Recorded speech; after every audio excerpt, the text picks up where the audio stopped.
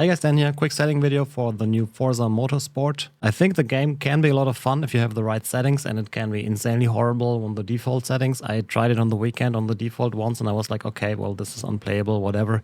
Then I actually tried some settings that somebody sent me. iRacing, thank you so much for that. Force feedback settings transforms the game completely. I'll quickly show you all my settings in the game, what's important for Simhub, for the force feedback, and yeah. So before we go into the in-game settings, I just use my hypercar profile for the brake here. So 67 kilograms of maximum brake pressure. And on throttle, we have the 13.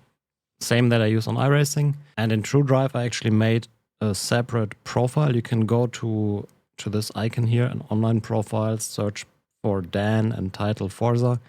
And then you can see this online profile here, Dan Suzuki, Forza Motorsport.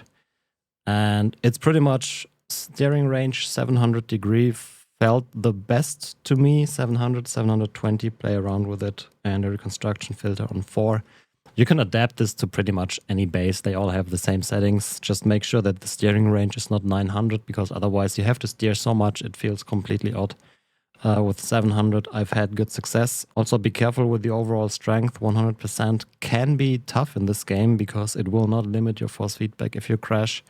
So if you're not super strong, or if you want to be a bit more on the safe side regarding force feedback impacts, I would recommend to reduce this.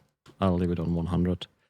But yeah, let's go to the in-game settings. I think for driving assists, well, you just turn everything off. Steering, important, set it to simulation. Then throttle and braking, everything off. I mean, maybe it works like that. I haven't tried it. But I wish that you would be able to use ABS on cars that do have ABS in real life. And, well, no ABS on cars that don't. But I'm not sure how that exactly works. But yeah, traction control, stability control, everything off. Shifting on manual, obviously. Then for gameplay, scroll to the bottom. What I like on my setup, there is 32-inch triples. I mean, I'm just using the center screen because there's no triple support in the game. You can stretch it to 3 monitors, but it will just look a bit funny, to be honest. So I just drive on a single screen instead. And I use the cockpit camera with an FOV of 37. I don't know what that is in degrees, but that pretty much matches how iRacing looks with correctly set up FOV, so that should be okay. I think the driver camera also is maybe an option. If you don't want to see the steering wheel, then you can try that. 32-inch at about 60-65 centimeter distance, 37 feels good. And then on the very bottom, if you use Simhub, if you want to have access to, well, LEDs and the dash and everything, you need to manually enable that here. Just make sure data out on. Data out IP address is 127.0.0.1. port 8000, and then car dash. After that, Simhub will connect to it and you see a dash and everything. Very nice. For audio, what I did is turn down the tire noise because it's so crazy loud. 40 seems fine to me, maybe even a little less. And also environment set to 32 because the wind noise in this game is so crazy loud. And then opponent car, obviously personal preference, but I like to hear the engine of my car better and not have the other cars being basically as loud. So this is what I've been using here. For inputs, that's the most important thing here. Steering axis, inside and outside dead zone. Make sure this is set to 0 and 100. Very important, otherwise it just will feel super, super strange. Then force feedback. I had to go to inverted force feedback on the Simucube. So if the force feedback, if you're driving and the steering wheel wants to like automatically turn the wheel, then you need to enable this. Then also take out all the dead zones on your pedals and decelerators. And yeah, here are the force feedback settings.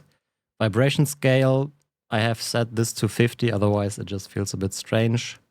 Force feedback scale 40, and that is still plenty strong with the base set to 100%. I wouldn't really recommend going much higher here.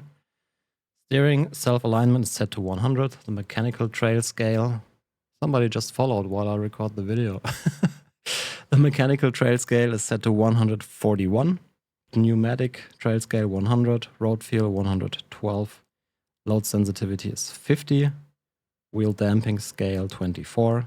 center spring 0, otherwise it will just like feel so weird and always like, well, it's like the wheel wants to center itself automatically. That's the most important thing here. Turn this to 0. Dynamic damper I have set to 23, and then steering sensitivity and steering linearity on the default 50. Obviously no gamepad steering filters.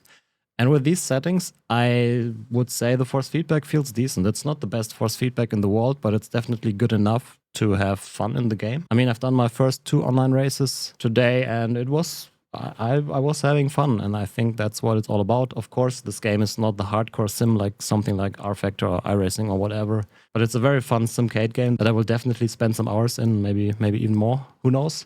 I definitely enjoyed this today, but there were so many questions regarding settings, and I think this is a good baseline. Try it out. Don't be afraid to play with the sliders and see what they do. I'm not saying this is the best setting in the world, but these settings definitely made me enjoy the game so much more than on the weekend when I briefly tried it and was like, oh my god, yeah, whatever, delete. Try it out. See if you like it. If you do, maybe let me know in the comments down below. But that's pretty much it for this video. Just a quick settings guide. If you liked it, maybe give it a thumbs up, subscribe to the channel, and hope to see you in the next one. Bye bye.